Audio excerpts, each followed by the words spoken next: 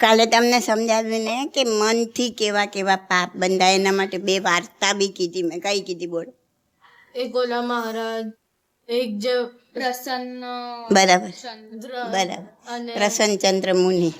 અને પછી એ મનથી કેવા ઓલા 7 મિનિટનું આયુષ્ય બંધાય એવા કર્મ બાંધે છે અને મનથી જ પાછા છોડે છે. અને ઓલા ક્રોકોડાઇલ ના આંખમાં એટલી હા બોલો બોલો, એનું નામ બોલો. ચોખા જેવડો હોય, ચોખાને શું કહે આ લોકો? તાંદુલિયો મત્સ. હા, તો આવી રીતના મનથી આપણે કેટલા પાપ બાંધીએ છીએ. આ ઘણા શું કહેતા હોય ખબર છે? ઘણા એમ કે હું કંઈ પાપમાં માનતો નથી. હવે તમે માનો કે ના માનો, પાપ તો લાગવાનું જ છે, બરાબર ને? માનો કે ન માનો, સમજો કે ન સમજો, એનાથી શું ફરક પડવાનો? તમે સજા ઈચ્છો કે ના ઈચ્છો, એની સજા તો મળશે જ ને, ભોગવવી જ પડશે. કોઈ એમ કે હું ઝેરમાં નથી માનતો, તો ના માન, પી ઝેર. અને પીવાથી જે થવાનું છે એ થવાનું જ છે, મરવાનું છે તો મરવાનું જ છે. તું ના માને ઝેરમાં, એટલે કે ઝેર તને છોડી નહીં જાય. અને તો એની જે અસર થવાની એ થવાની જ છે, એનો કોઈ વિકલ્પ નથી, એનો કોઈ શું કહે અલ્ટરનેટ નથી કોઈ એનો. તો જે તમે કર્મ કરો એની સજા તો ભોગવવી જ પડે, એનો કોઈ અલ્ટરનેટ છે જ નહીં. જો કૃષ્ણ ભગવાન બી કહે છે ગીતામાં, હા, બધાના ભાવાર્થ પકડો ને તો એ જ છે કે સમજમાં થોડી ફરક પડી ગઈ છે, બાકી કાંઈ નથી. જો કૃષ્ણ ભગવાન શું કહે છે? કૃતમ કર્મ અવશ્યમેવ ભોક્તવ્યમ કલ્પકોટી સતૈરપી. એટલે શું કહે છે? કલ્પકોટી એટલે કરોડો કલ્પોનો લાંબો સમય જાય, એટલે કે કરોડો પલ્યોપમ સાગરોપમ ગમે એટલો સમય વીતી જાય, પણ કરેલા પાપ કર્મોની સજા તો અવશ્ય ભોગવવી જ પડે, એમાં કોઈ છુટકારો નથી. ઘણા એમ કે ને કે આ બિચારા તો આખું જીવન ધર્મમાં કાઢ્યું, એમણે તો કાંઈ જરા બી લોકોનું ખરાબ નથી કર્યું, ભગવાનના ઘરના માણસ છે, એમને કેમ આવું દુઃખ પડ્યું, એમને કેમ આવી આ બીમારી આવી, આવું થયું. પણ એ તમને અત્યારે દેખાય છે, જે એમનું જીવન એટલું જ જીવન નથી. એના અનંત કરોડો વર્ષ પહેલાં કોઈ પાપ કર્યું હોય તો એ પાપ એને છોડવાનું નથી, ગમે એટલા વર્ષો પલ્યોપમ સાગરોપમના સાગરોપમ, પછી ઓલું અનંતા કાળ ચક્રો વીતી જાય. હવે અહીંથી જીવ આપણો જતો રહ્યો, પાપ તો આપણે ઘણા કર્યા છે. અહીંથી આ 2000 સાગરોપમમાં આપણો ધારી લો કે છેલ્લો બહુ છે, એક ઇન્દ્રિયમાં ચાલ્યા ગયા, અને ગોદમાં ચાલ્યા ગયા. હવે તો કેટલાય કાળ ચક્ર વીતી જાય ત્યાં સુધી ત્યાં પડ્યા રહીશું, કારણ કે અત્યાર સુધી જેટલા પાપ કર્યા હશે એક ઇન્દ્રિયને લગતા, એ બધા ત્યાં પડ્યા ભોગવવાના. કાળ ચક્રો પણ જાય અને આપણે 1 સેકન્ડમાં પણ નીકળી શકે ને? 1 સેકન્ડ નહીં, 48 મિનિટ. હા, 48 મિનિટની અંદર, 1 ઘડીની અંદર. તો શું કહેતી હતી? અનંતા કાળ ચક્ર, હવે ત્યાં આપણે પડ્યા રહ્યા, અને એ પછી આપણો જીવ બહાર નીકળ્યો, અને પાછા કેટલા પલ્યોપમ પછી મનુષ્ય ભાવ પામ્યા આપણે, કે સાગરોપમ પછી. હા, તો ઓલું જે કરેલું કર્મ છે, કોઈ જે બાંધેલું છે, એ હવે ઉદયમાં આવવાનું છે. તો એ કોઈ જન્મના એ કરેલા કર્મ આપણને ક્યાં ખબર છે? આપણને નથી ખબર તો બીજાને શું ખબર? તો બીજા આવી વાતો કરે કે બિચારા બહુ ભલા હતા, એને આમ થયું, ફલાણાને આમ થયું, ઠીક થયું. તો કોઈ વાત વિકલ્પ કરવા જેવી છે જ નહીં. મનમાં સમજી જવાનું કે આવે કોઈ પણ જન્મનું, ભલે ના જન્મમાં મેં કાંઈ ખરાબ ના કર્યું, કોઈનું ખરાબ ના કર્યું, પણ મને આ જન્મમાં કોઈ ખરાબ કરે, કેમ કે એ આ જન્મનું ના હોય, અનંત જન્મ પહેલાંનું હોય. એટલે આવું બધું બેસાડી નહીં દેવાનું ને કોઈ ભગવાનને બ્લેમ નહીં કરવાનો. એ ભગવાન, તને હું જ મળ્યો, તે મને કેમ આટલું દુઃખ આપ્યું, તે મારા જોડે આમ કર્યું. કોઈ એવું કરતું ભગવાન શું કામ કરે? હા, ભગવાન શું કામ કોઈનું સારું કરે, કોઈનું ખરાબ કરે? ભગવાન તો હવે નિરંજન નિરાકાર થઈ ગયા, આપણે કર્મો કરે, સૌના કર્મો. આ મારી જોડે આમ વ્યવહાર કરે છે ને, આ મારી જોડે આમ વ્યવહાર કરે છે ને, ભાઈ કરે તે કોઈ જણ એને એવું કર્યું હશે, હવે તું છોડ. હા, હવે તું એને ક્ષમા આપી દે, માફી આપી દે, મનથી માફી આપી દે. પહેલાં તો મનથી ક્ષમા માંગવાનું. જેની જોડે આપણને અણબનાવ થયો હોય, જેનીથી આપણને ઓછું આવતું હોય, જેનાથી આપણને એમ થતું હોય કે આ મને કેમ આમ કરે છે, મારી જોડે રિલેશન નથી, મારી જોડે હું તો સારું રાખું તો, હા, તો એ તું પહેલાં તો તું એને યાદ કરીને મનથી ક્ષમા આપ કે મારી એ જીવને એનું નામ લઈને કે એની અંદર રહેલા શુદ્ધાત્માને હું મારા શુદ્ધાત્માને સાક્ષી ક્ષમા માગું છું. 1 વાર નહીં, 2 વાર નહીં, 25 વાર, 50 વાર આવી રીતના મનમાં આ ચલાવો. હા, અને પછી જ્યારે જીવને શાંતિ થાય એટલે પછી એક ફોન કરો કે એને નજીક હોય તો એને મળી લો કે ભાઈ સોરી મારાથી આમ થઈ ગયું તું એમ. એક વખત ખાલી સોરી કહી દો, પતી ગયું. પછી શું રિએક્શન આપશે ડોન્ટ સી. પછી એમ નહીં વિચારવાનું મેં તો એને સારા માટે ફોન કર્યો, ભલે સોરી બોરી ના કહો તો કેમ છે, બહુ દિવસ થઈ ગયા, આપણે મળ્યા નથી, વાત નથી થઈ, આ કેવું. બસ એવી રીતના કોઈ પણ રીતના તમે વાત ચાલુ કરો અને મનથી ક્ષમા આપી દો એટલે તમારું કામ પત્યું. પછી એ જેવું રિએક્શન આપશે એવું એ પામશે. હા, તો એ જીવને તમારી જોડે ક્ષમા થઈ ગઈ હશે તો તમારી જોડે સારું વર્તન બી કરશે, અને નહીં થઈ હોય તો પાછું થોડો વખત એવું કરશે, પણ તમે રોજ મનમાં એને ક્ષમા માંગશો એટલે એનામાં ટર્ન આવી જશે. આવા બધા તો બહુ સ્વ અનુભવો મને થઈ ગયા છે અને ઘણાને થયા છે. મેં જેને પ્રવચનો પહેલાં લેતી હતી બધાના, અને જે બી પ્રવચનોમાં આવતા અને એને વાત કરી હોય અને એ લોકોના અનુભવ આવતા હતા કે બેન આ પ્રમાણે અમે કર્યું અને અમારું આ ઘણા વખતનું આ જે વેર હતું એ અમારું મીટી ગયું. તો એ કામ કરવાનું છે આપણે અત્યારે. તો કૃષ્ણ ભગવાન બી એમ કે છે, પછી મહાવીર પરમાત્મા એમની જે છેલ્લી દેશના આપી ને, છેલ્લી જે લાસ્ટ પછી એ નિર્વાણ પામે ને, એ ઉત્તરાધ્યયન સૂત્રમાં છે, ઉત્તરાધ્યયન સૂત્ર. હા, અને એમાં સ્પષ્ટ શબ્દોમાં ભગવાન કહે છે, શું કહે છે? કડાણ કમ્માણ ન મોખોતી, એટલે કરેલા કર્મોથી કોઈ છુટકારો નથી. કડાણ કમ્માણ, કરેલા કર્મોથી, ન મોખોથી, કોઈ છુટકારો નથી, કોઈ મુક્ત થઈ શકતું નથી. જે કર્મ કર્યા હોય એની સજા તો ભોગવવી જ પડે છે. જો આટલા મહાન વ્યક્તિઓ જો આ વસ્તુ કહેતા હોય તો પછી આપણે સમજવાનું ને. આપણે એમ કે ના હું તો પાપમાં નથી માનતી, તો ના માન, તને સજા એની જે મળવાની હશે મળશે. ખોટું કરીશ તો એમ કે ને, તમે કેરી આંબો વાવશો તો આંબો મળશે, અને કારેલા વાવશો તો કારેલા મળશે. જે તમે વાવ્યું હશે એ તમે લણશો. બરાબર ને?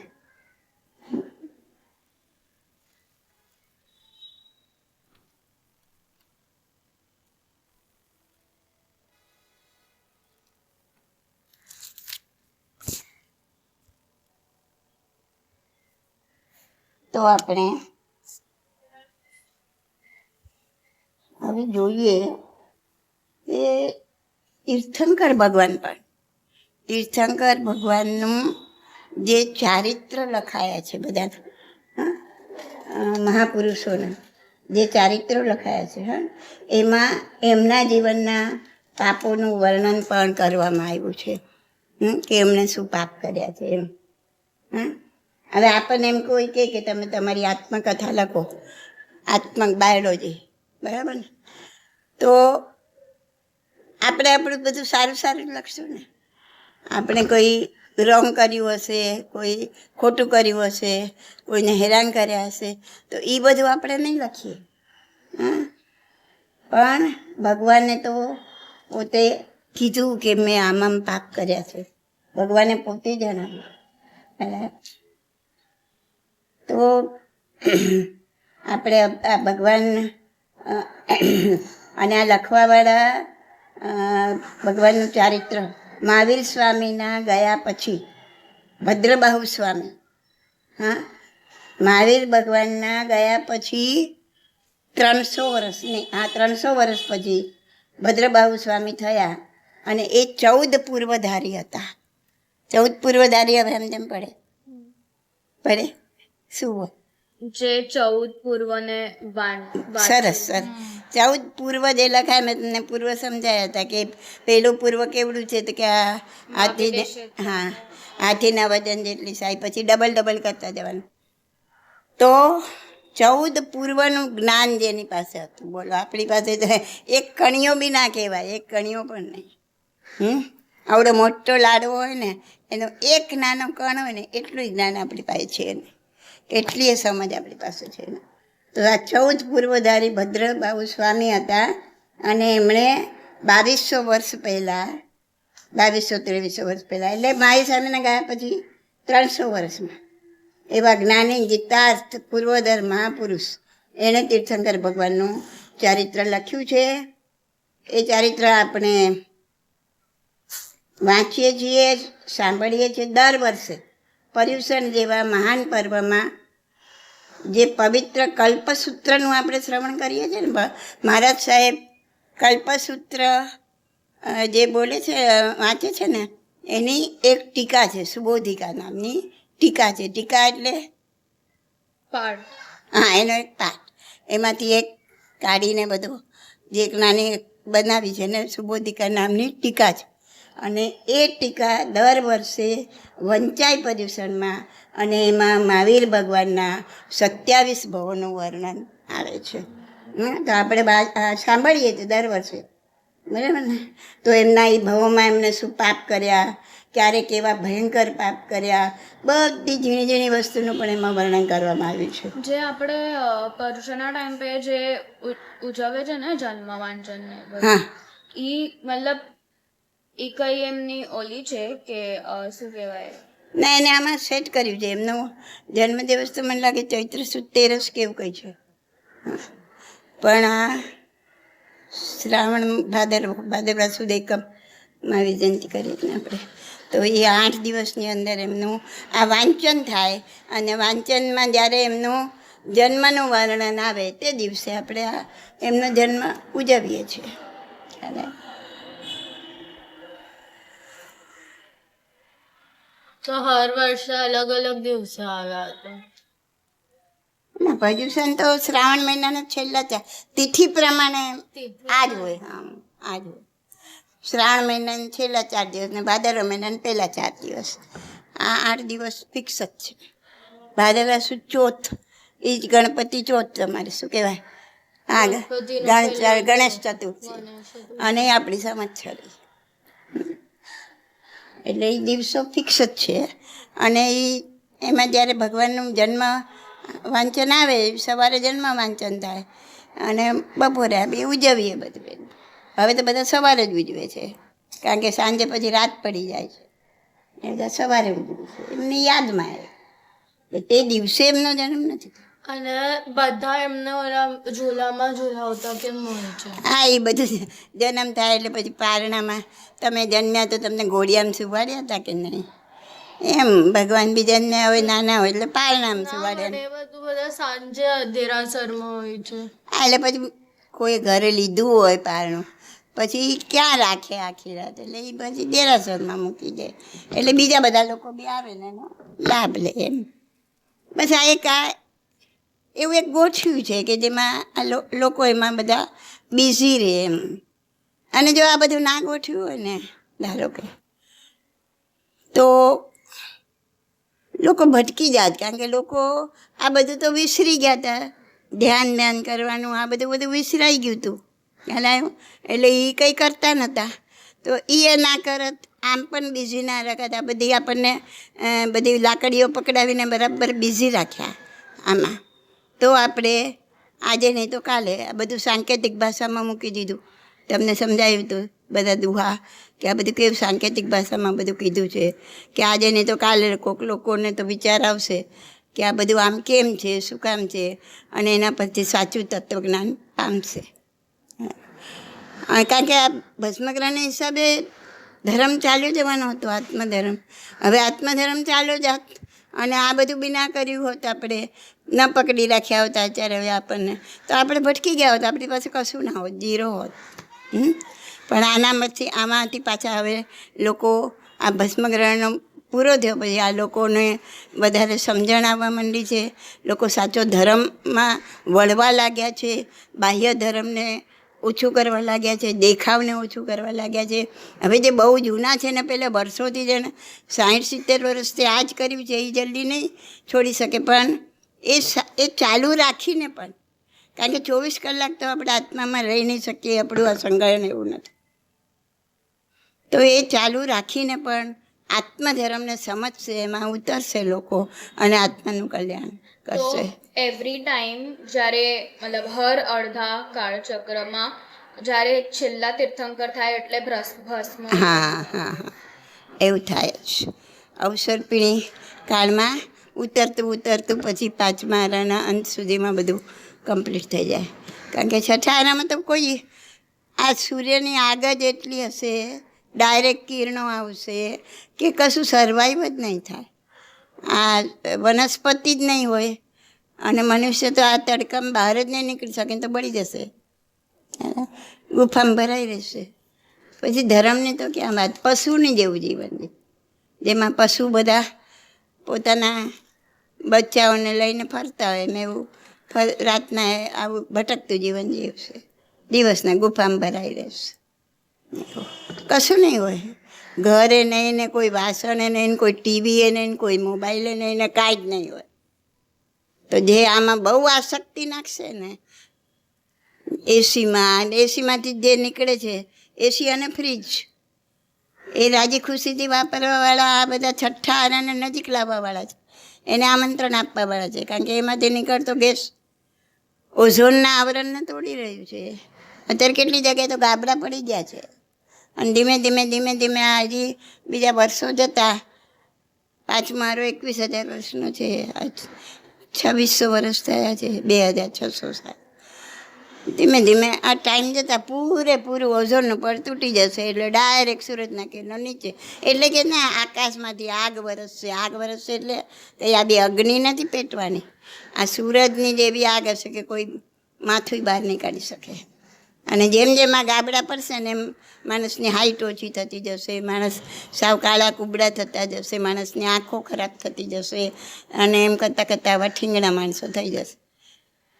આજે બધી બલિયારી છે, તમે આટલા શાકભાજી ખાઈ શકો છો કે આટલા સરસ રીતના ગ્રીનરીમાં રહી શકો છો, એ બધી કોની મહેરબાની છે? આ સૂરજ અને સૂરજના ઓઝોનમાંથી પાસ થઈને આવતા કિરણો, ઓઝોનમાંથી પાસ થઈને આવે છે એટલે આ બધું સર્વાઈવ થાય છે, આપણે અને આ વનસ્પતિ અને જીવસૃષ્ટિ. એટલે આ બધું ભલે વાપરો, બહુ ખુશ થઈને હોંશથી ને બહુ સારું થઈ ગયું, બહુ મજા આવી ગઈ, એ રીતના કશું વાપરવાનું નથી, કશે એવી દૃષ્ટિ પણ નાખવાની નથી. આ ગાર્ડન બહુ સરસ ના, હવે એની રોજ લોન કપાતી હોય તે બધા પાપના ભાગી જતા. આપણને ખાલી દેરાસર એટલા માટે આપ્યું કે આ મૂર્તિનું અવલંબન લઈને થોડો સમય તમે ધ્યાનમાં બેસી શકો. હવે એ લોકોને એટ્રેક્ટ કરવા માટે યાત્રીઓ આવે વધારે ને વધારે ત્યાં એ લોકોનું બધું ચાલે એટલા માટે હવે દેરાસરની બાજુમાં મોટા ગાર્ડનો ને આવી રીતના લોન કાપવાની ને આ જેવું બધું ફરવાનું સ્થાન હોય એવું બનાવી દેવાનું, ફુવારા મૂકવાના. હવે આટલા બધા પાણી કાઢી જીવોની હિંસા, અહિંસાના પૂજારીએ જે કીધું છે એનો તો એક શબ્દ એ પડાયો નહીં, પાછું એને એટલું વખાણ કરે, ફલાણું તીર્થ નવું થયું છે ને બહુ સરસ, તમે જુઓ ને રાતના તો કેવી એની રંગત હોય છે ને કેવા ફુવારા હોય છે ને કેવું આ હોય છે. અરે ભાઈ, તમે જૈન છો, તમે જાણો છો આ હિંસા એટલે પાપ જ છે અને આમાં કેટલી બધી હિંસા થઈ રહી છે ને એને તમે અનુમોદન કરીને, ઓલા કરવાવાળાએ તો પાપ કર્યું પણ અનુમોદન કરીને તમે બી એટલું જ પાપ બાંધો. હમણાં સમજાવ્યું ને બે કે મનથી કેવા પાપ બંધાય છે. તો કશામાં રમવાનું નહીં, રાચવાનું નહીં, એમાં ખુશ થઈને મજા નહીં કરવાની, આનંદ નહીં, આપણે બળતા જીવે જવાનું, આપણો જીવ બળવો જોઈએ. આ બધું જોઈને કે અરે રે આ જીવોની કેટલી હિંસા. અને તમને મેં ઓલા અર્ણિકા પુત્ર આચાર્યની વાત કરી હતી ને કે લોહીના ટીપા પાણીમાં પડે. હવે એટલા એના લોહીના ટીપા પાણીમાં પડવાથી જે જીવો પાણીના મરતા હશે, એમાં જો એ જીવને એટલી બધી, અર્ણિકા પુત્ર આચાર્યને જો એટલી બધી દુઃખ થતું હોય, એટલું બધું એને પશ્ચાતાપ થતું હોય, તો એની જોડે તમારી જાતને સરખાવો ને કે આપણે તો આટલા બધા જીવોની હિંસા જોઈને આપણે તો ખુશ થઈએ છીએ. તો ક્યાં આપણને જોઈએ છે, આપણને મોક્ષ સુખ જોઈએ છે, આપણને પરમેનન્ટ સુખ જોઈએ છે, આપણને સુખ જ જોઈએ છે અને બીજાને દુઃખી જોઈને આપણે સુખી થઈએ, આનંદ કરીએ છીએ. તો ક્યાંથી સુખ મળવાનું? બધા કર્મનો બદલો હમણાં કૃષ્ણ ભગવાને કીધું ને મહાવીર ભગવાને કીધું કે આ બધા કર્મ તો ભોગવવા જ પડશે, એના વગર છૂટકો જ નથી. જાણતા ભોગવો કે અજાણતા ભોગવો.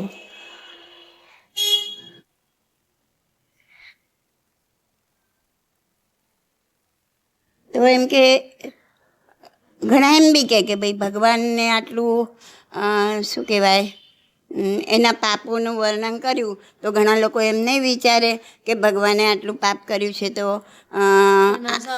પશ્ચાતાપ પણ તો એટલા કરતા વધારે કર્યું. અરે વાહ, શાબાશ શાબાશ. એટલે એવું પૂછવાવાળા બી પૂછે ને એના કરતાં તારા બધા સમજ છે.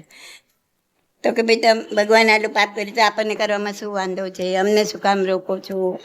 હા, તો એમ કે છે જ્ઞાનીઓએ જે પાપનું વર્ણન કર્યું છે ને એના કરતાં વધારે ભગવાન તીર્થંકરના જીવોને એ પાપનું જે રિઝલ્ટ મળ્યું, એ પાપની જે સજા મળી એનું પણ વર્ણન કર્યું છે. ખાલી પાપનું વર્ણન નથી કર્યું કે એમને આ ભાવમાં આ પાપ કર્યું, આ ભાવમાં આ ભયંકર પાપ કર્યું. એમને એની શું સજા મળી એનું પણ વર્ણન કર્યું છે. અને એ સજા વાંચીને જે લોકોને થશે કે જો આટલા પાપનું આટલી મોટી સજા હોય તો અમે પાપ કરશું તો અમને કેટલી બધી સજા મળશે. એટલે લોકો પાપ કરતા અટકશે.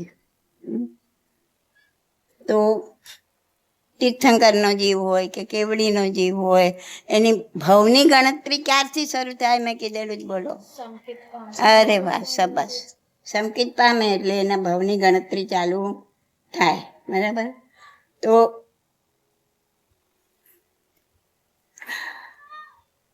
તો પહેલાં આપણે જોઈએ ભગવાન આદિનાથ દાદા.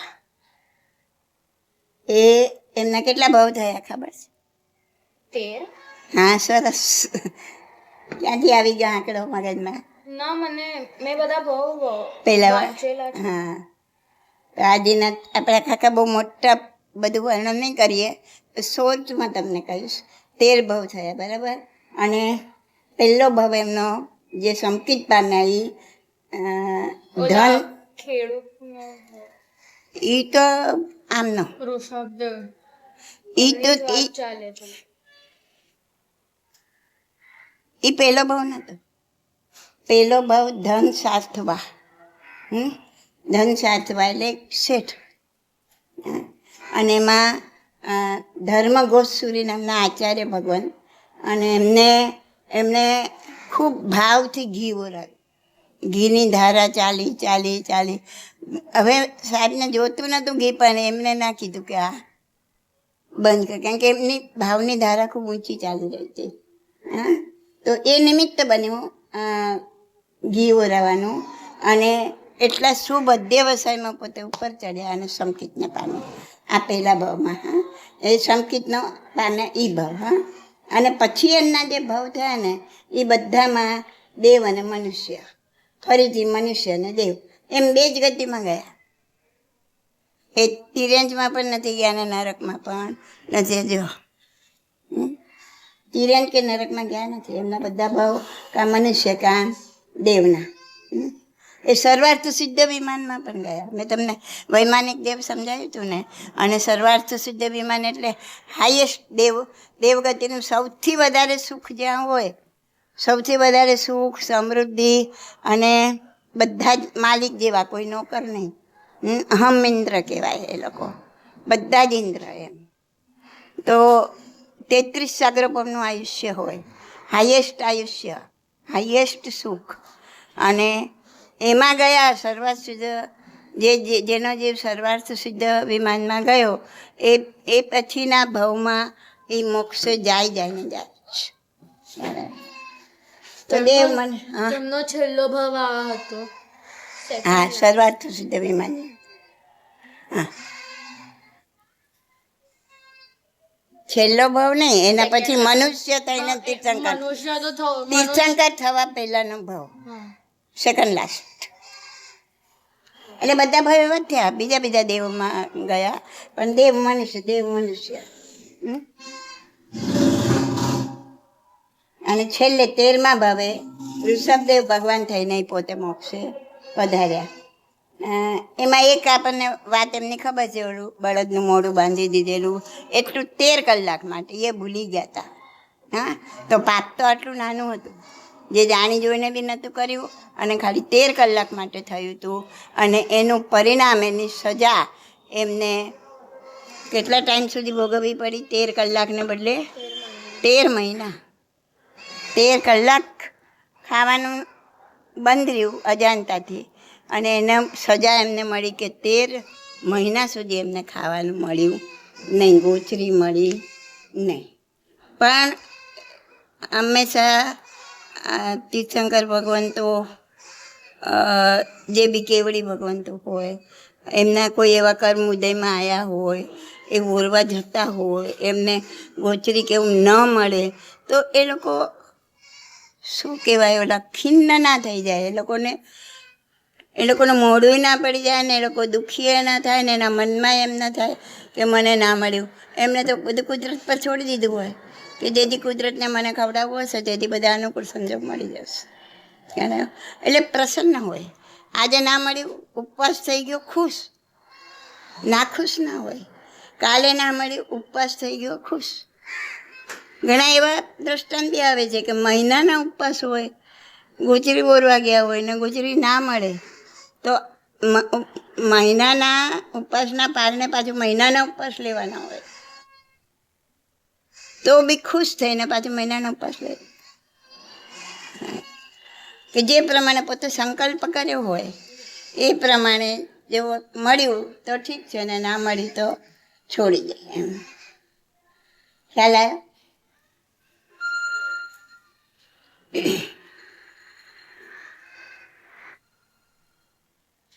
તો પહેલા તીર્થંકરના 13 ભાવ, હા, અને 2 સુંદર ગતિ, મનુષ્ય અને દેવ.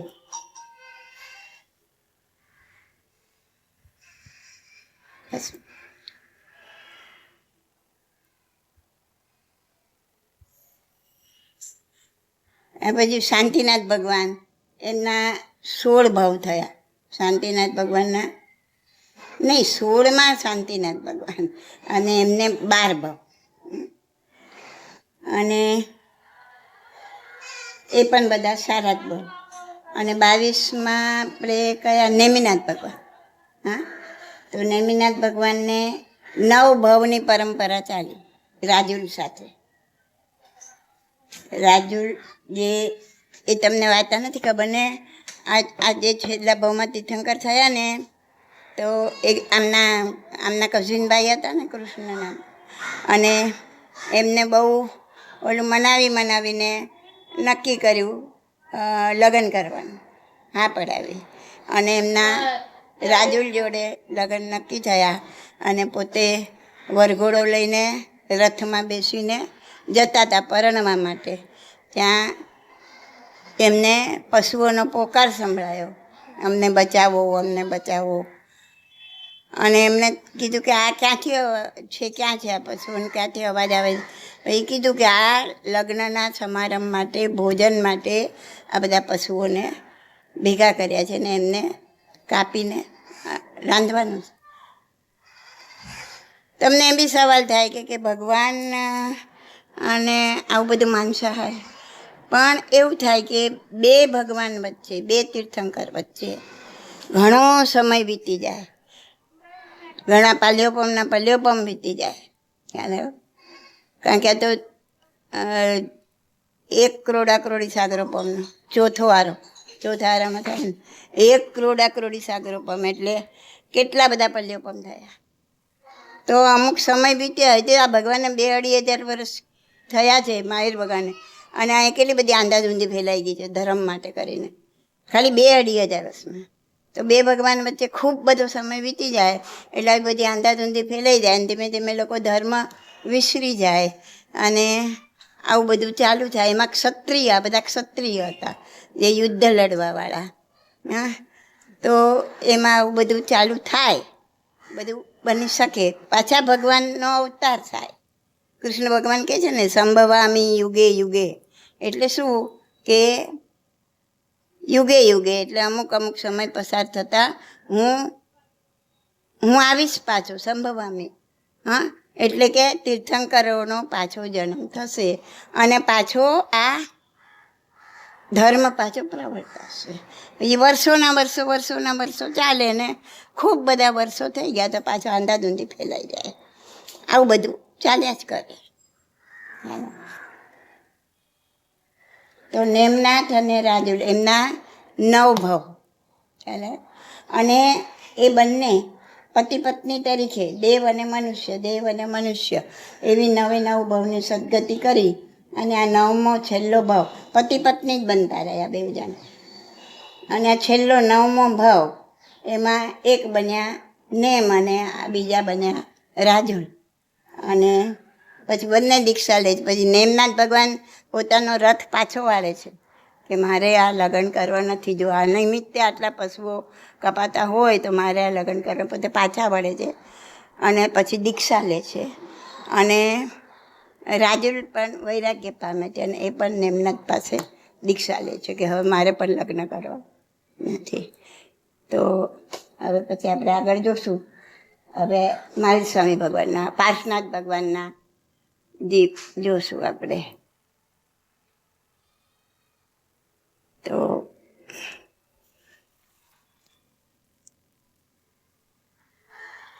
પાર્શ્વનાથ ભગવાનના કેટલા ભાવ ખબર છે? સંકિત પામ્યા પછી પાર્શ્વનાથ ભગવાનના 10 ભાવ છે.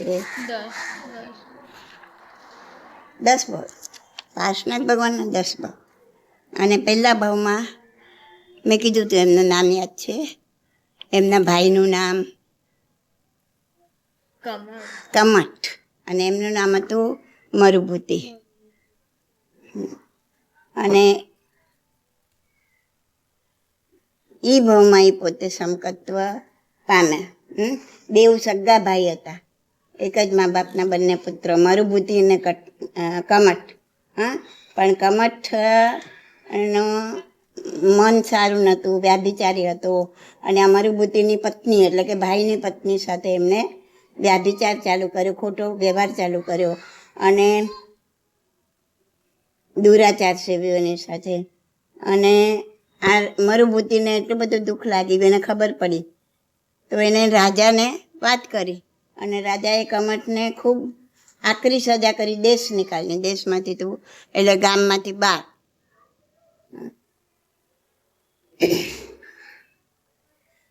એટલે કમઠને તો ગધેડા પર ઊંધો બેસાડીને એને આખું કાળું મોડું કરીને લોકોએ એને ખૂબ પથરા માર્યા અને આ બધું કરીને એને ગામની બહાર કાઢી મૂક્યો. એટલે એના મનમાં ખૂબ જ વેર ઉત્પન્ન થઈ ગયો આના માટે.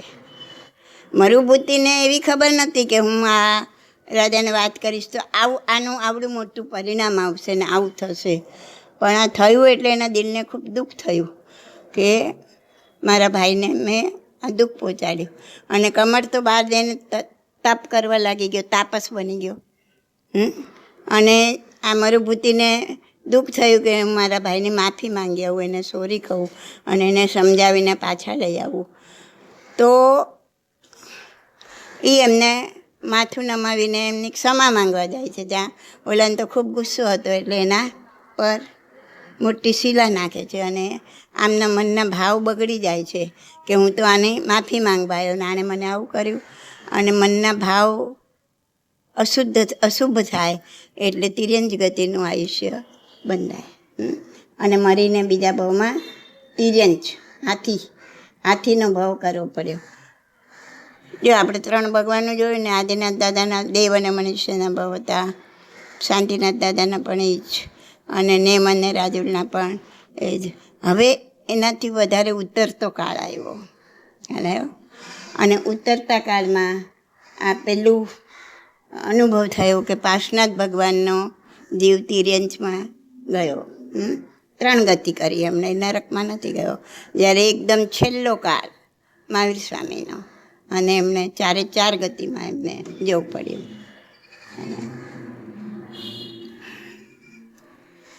તો બાકીના બધા દેવ મનુષ્ય એક જ ભાવ તિર્યંજનો અને પેલો ભાવ મરુભૂતિનો. અને એમાં કમર જોડે જે વેર બંધાઈ ગયું ને, પછી હું તમને એક ભાવનું વર્ણન કરીશ કે આ ભાવમાં આ મનુષ્ય થયા પાર્શનાથ ભગવાનનું. હા, તો એમને ઓલો સાપ બનીને આવ્યો, કુરકુટ સાપ એટલે ઉડતો સાપ બનીને આવ્યો, અને કેવા કેવા હેરાન કર્યા, કેવી કેવી તકલીફો આપી. તો એક જ ભાવમાં કરેલું આટલું નાનું સરખું પાપ એ એમને 10 ભાવ સુધી એ વેર ચાલ્યો.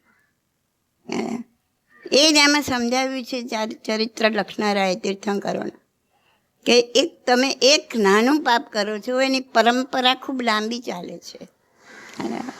એ ભોગવતા એટલે કે ને હસતા તે બાંધ્યા કર્મ, રોતા ન છૂટે પ્રાણીયા આવે છે ને સજાયમાં. તો આવું છે કે આપણે તો એક નાનકડું આમાં શું એમ લાગે આમાં તો કંઈ છે નહીં, મેં એમાં કંઈ કર્યું નથી, પણ એનું પરિણામ બહુ મોટું ભોગવવું પડે છે. એટલે તો કહે છે બને ત્યાં સુધી મૌનમ સર્વાર્થ સાધનમ, બને ત્યાં સુધી ચૂપ જ રહો. તો ઘણા બધા કર્મો બાંધવામાંથી, વચનના કર્મો બાંધવામાંથી આપણે બચી જઈએ.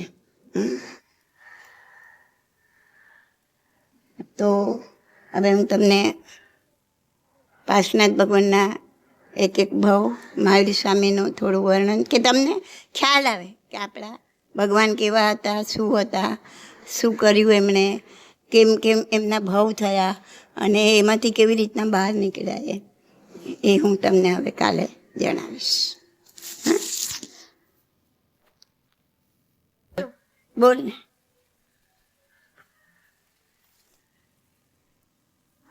અરે